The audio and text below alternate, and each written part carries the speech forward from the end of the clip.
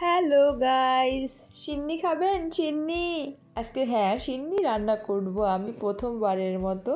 আর সিন্নিটা রান্না করতে হয় একদম নতুন নতুন বাজারে ওঠা ক্ষেত দিয়ে যে আমন চালটা হয়, সেই আমন চাল আর একদম রস দিয়ে। তো আমার কাছে তো সেই একদম নতুন আমন ধানটা নেই, তাই আমি চিনি গুঁড়ার চাল দিয়ে সিন্নি রান্না করে নিচ্ছি। আমি প্রথমে চালটা খুব ভালো করে ধুয়ে এটা সিদ্ধ হতে বসাই দিয়েছি। এর মধ্যে সামান্য একটু লবণ আর পোলাও পাতা দিয়ে দিয়েছি। এখন চালটা নরম হওয়া পর্যন্ত অপেক্ষা করব।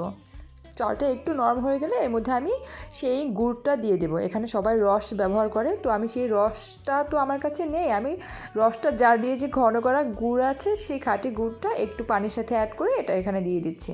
আর দেওয়ার পর রঙটা একটু দেখুন, পুরা রস যা দিলে যে প্রাথমিক অবস্থায় যে কালারটা আসে, সেই কালারটা চলে আসছে আর দেখতেই কত ভালো লাগছে।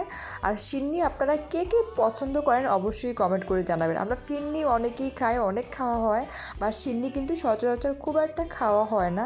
তো অনেক দিন পর আমার এটা মনে হলো, তো বাসায় একটু করে নিচ্ছি। আর এটা কিন্তু অবশ্যই যে নতুন যে আমন চাল হয় ওটা দিয়ে বেশি ভালো হয়।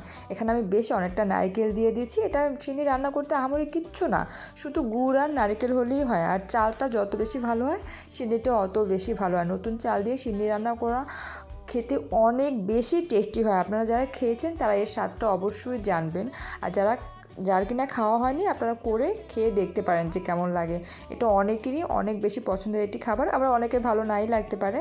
তো অনেক দিন পর আমাদের বাসায় করা হলো, তাই আপনাদের সাথে একটু শেয়ার করলাম। অলমোস্ট আমার সিন্নি রান্নাটা হয়ে গেছে, এখন আর একটু ঘন করে এটা নামিয়ে নিচ্ছে। এটা ঠান্ডা ঠান্ডা খেতে এত বেশি ভালো লাগে। নারকেলটা কিন্তু একটু বেশি দিতে হবে, যত বেশি নারকেল দিবেন এটা খেতে অত বেশি ভালো লাগে। আর গুড়ের পরিমাণটা অবশ্যই আপনার রুচি অনুযায়ী আপনি গুড়টা দিয়ে দিবেন। কালারটা দেখুন কত সুন্দর হয়েছে। আর এটা কিন্তু সত্যি অনেক টেস্টি একটা খাবার হয়, অনেকের অনেক অনেক পছন্দের একটি খাবার। তো আপনাদের কারো পছন্দ কিনা, কার খেতে কেমন লাগে অবশ্যই কমেন্ট করে জানাবেন। এটাতে পরদিন সকালে ছাদ বাগানে বসে খেয়ে নিচ্ছিলাম, সেখান থেকে একটা ফুটেজ আপনাদের দেখিয়ে দিচ্ছি যে কালারটা কেমন হবে। এটা খুবই খুবই খুবই টেস্টি একটি খাবার হয়েছিল। Thanks for watching.